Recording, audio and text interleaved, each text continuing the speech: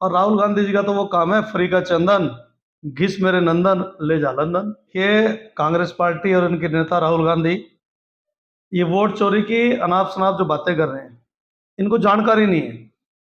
मेरा तो चुनाव आयोग से निवेदन है कि वोट की का जो शुद्धिकरण है वो पूरे देश के अंदर करना चाहिए।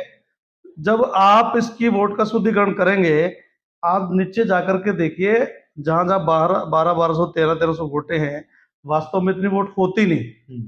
और कोई किसी बांग्लादेश के व्यक्ति ने आके वोट बना ली या पाकिस्तान के व्यक्ति ने आके बना ली। वोट का शुद्धिकरण होना चाहिए, प्योर वोट जो है वो सारी की सारी वोटें बननी चाहिए। और राहुल गांधी जी का तो वो काम है, फ्री का चंदन घिस मेरे नंदन ले जा लंदन।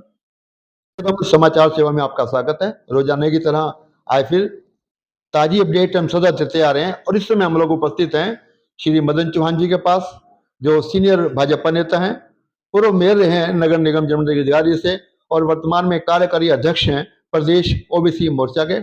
आइए बात करते हैं। सबसे पहले आज 16 कला संपूर्ण भगवान कृष्ण जी का आज जन्मोत्सव विश्व भर में बड़े धूमधाम और श्रद्धा के साथ मनाया जाता है। तो मैं कहूँगा अपनी ओर से, अपनी टीम की ओर से इस पावन अवसर के ऊपर दो शब्द आप भी रखें, हमारे बड़े भाई मदन चौहान जी। जी आज बहुत ही पवित्र दिन है। जिन्होंने इस विश्व को दिशा दिखाने का काम किया, ऐसे भगवान श्री कृष्ण जी, जिन्होंने यहाँ अत्याचार के खिलाफ एक शंखनाद करके धर्म की स्थापना करी है, ऐसे कृष्ण जी की जो आज जन्म है, उनकी जन्म दिवस के उपलक्ष्य में मैं आप सबको बहुत बहुत बधाई और बहुत बहुत शुभकामनाएं देता हूँ।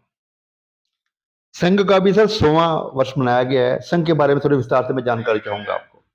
देखिए, आरएसएस एक इतना बड़ा संगठन है, जो व्यक्ति संघ से जुड़ा हुआ है, वास्तव में एक अपने जीवन में भी एक वो मैनेजमेंट कैसे होती है, समाज में कैसा आदमी का चरित्र है, कैसा चाल चलन आदमी का है, संघ बहुत सी चीजें व्यक्ति निर्माण सिखाने का काम करता है। और संघ का जो 100वां वर्ष बड़ी धूमधाम से इस देश के अंदर मनाया जा रहा है।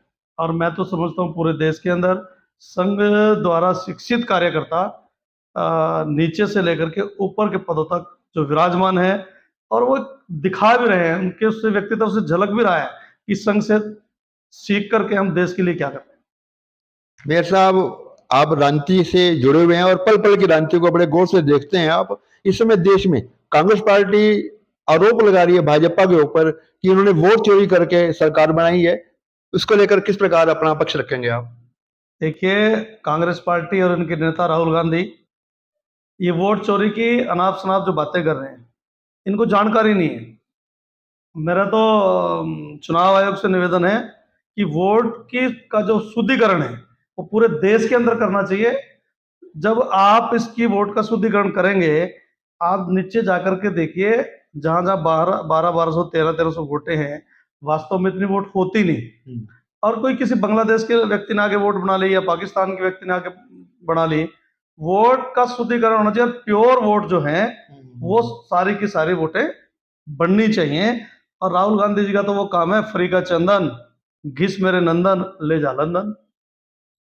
अब बात करते हैं हरियाणा की राजनीति को लेकर। देखो, हरियाणा में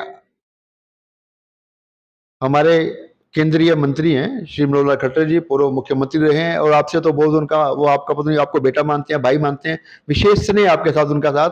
तो आपके साथ उनको उनको आपके साथ आप उनके साथ कार्य करने का अवसर मिला।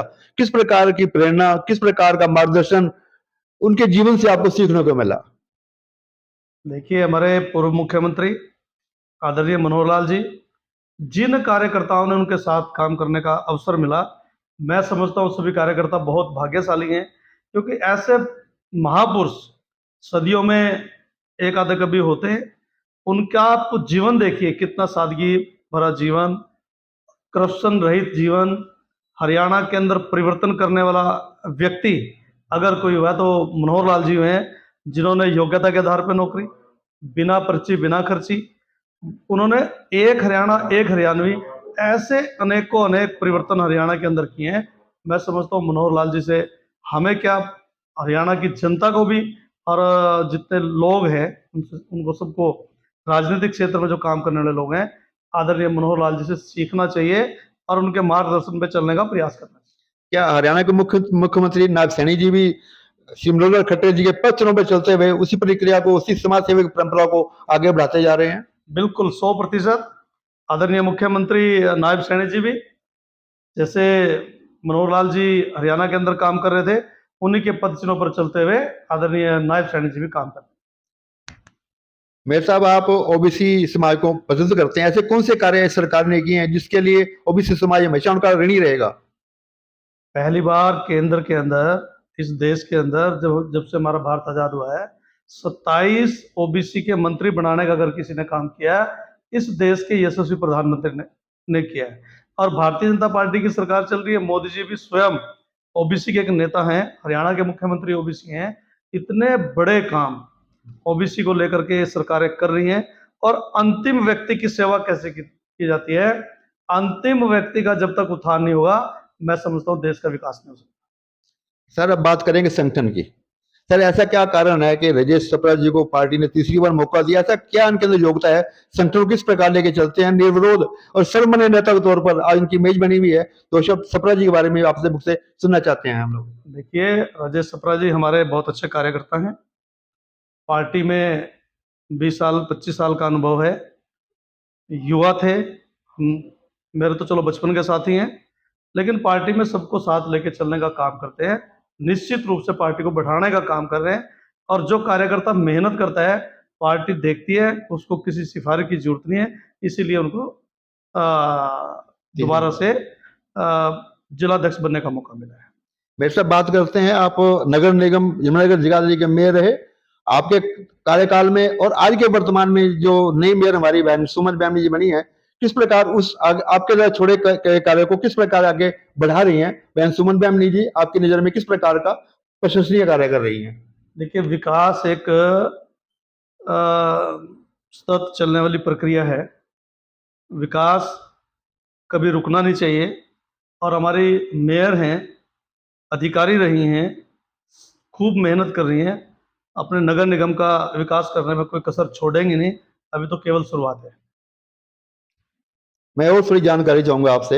आपके दौरान काफी पार्षदों के पास आपको कार्य करने का अवसर मिला, उनके साथ आपका कौन सा पार्षद जो आपकी नजर में अब तक आदर्श पार्षद रहा है? थोड़े समय पहले आप उनकी चर्चा कर चुके हैं, मैं जानकारी चाहूंगा ताकि और भी उनके मार्गदर्शन में चलते हुए आदर्श पार्षद बनने की कोशिश करें।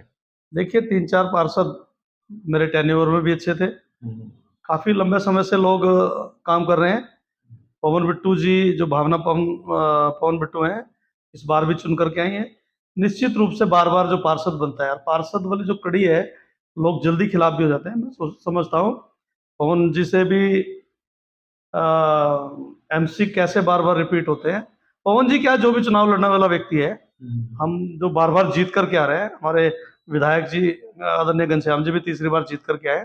जो बार बार चुनाव जीत करके आने वाला व्यक्ति है, चाहे वो पार्षद है, विधायक है, सांसद है, मैं समझता हूँ जिसने राजनीति करनी है, चुनाव की राजनीति करनी है, ऐसे लोगों से सीखना जरूर चाहिए।